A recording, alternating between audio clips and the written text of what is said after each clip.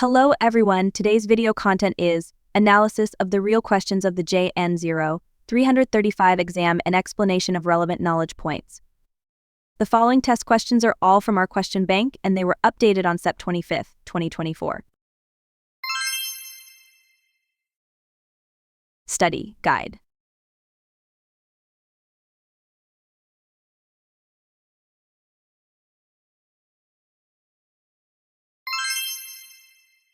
Question 1. A client's IP address has been detected as attempting to establish communication with a suspicious domain. Which feed will the client's IP address be added to after reaching the specified threat level? The knowledge points of this question are security feeds and threat levels.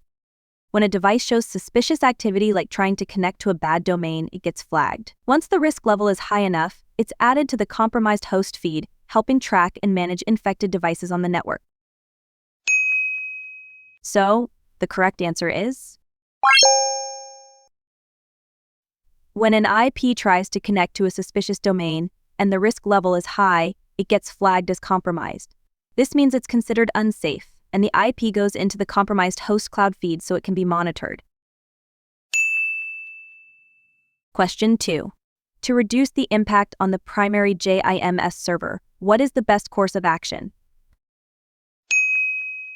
The knowledge points of this question are load balancing and redundancy in JIMS. JIMS handles a lot of authentication tasks. To avoid overloading one server, you can split the workload by connecting it to another SRX device. This makes sure the system stays up and running smoothly without any hiccups. So, the correct answer is if one JIMS server is getting overloaded, it's smart to spread out the load by sending queries to another SRX device. This helps reduce the pressure and keeps things running smoothly. Question 3. Which two categories of logs are generated by Junos? The knowledge points of this question are logging mechanisms in Junos. Junos generates different types of logs. Security logs track firewall and security events, while routing engine logs monitor routing processes. These logs are super helpful for spotting issues and keeping the network secure. So, the correct answers are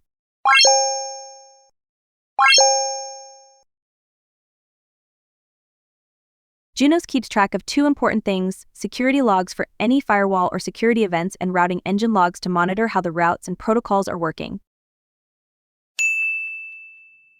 Question 4.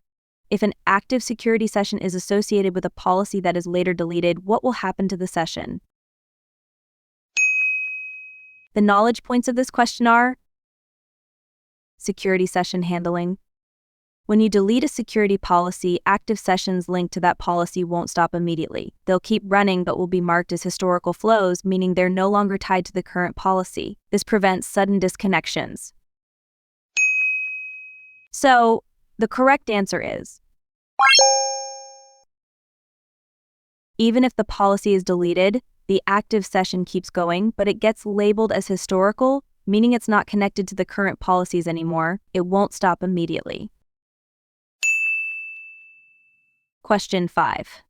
After receiving external data, which two steps are taken by JSA to handle events and flows? The knowledge points of this question are event and flow processing in JSA.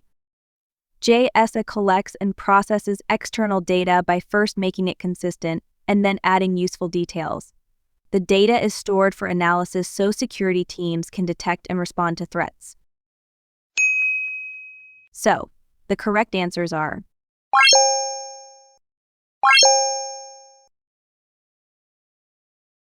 JSA first cleans up the data and adds any extra info. Then it stores the data in a database so it can be analyzed later. Question 6. What are two advantages of deploying vSRX in a cloud network? The knowledge points of this question are vSRX features and cloud network integration. Using vSRX in cloud networks is a good choice because it gives you detailed control over security policies and offers scalability without costing a ton. It's a flexible and cost-effective way to secure growing cloud environments. So, the correct answers are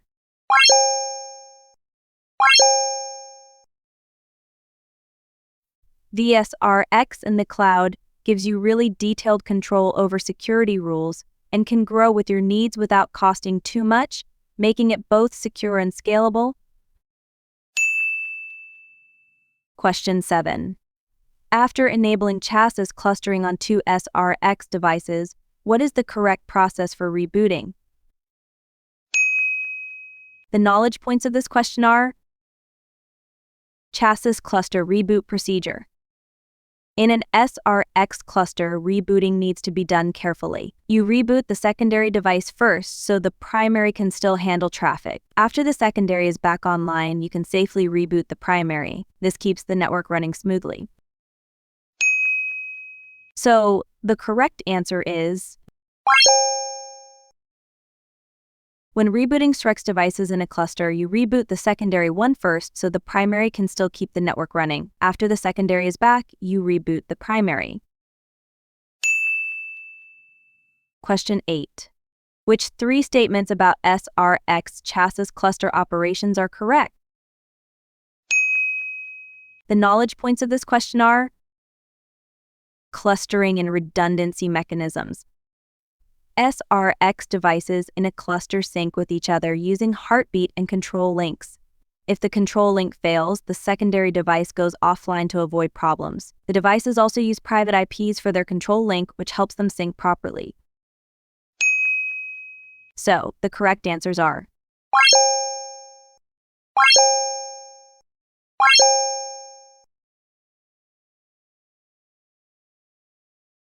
if the control link fails, the secondary device gets disabled. The two devices sync configurations over the control link and it's set up using private IP addresses.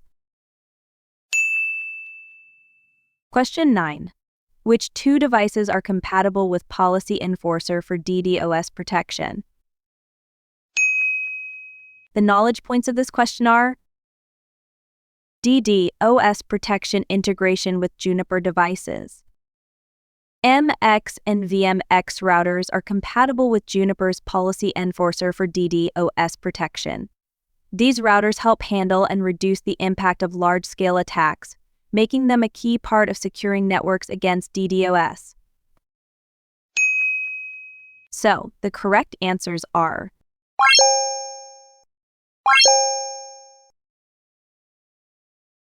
the MX and VMX routers are compatible with Policy Enforcer and help protect against DDoS attacks. They're designed to handle big network traffic and stop attacks effectively.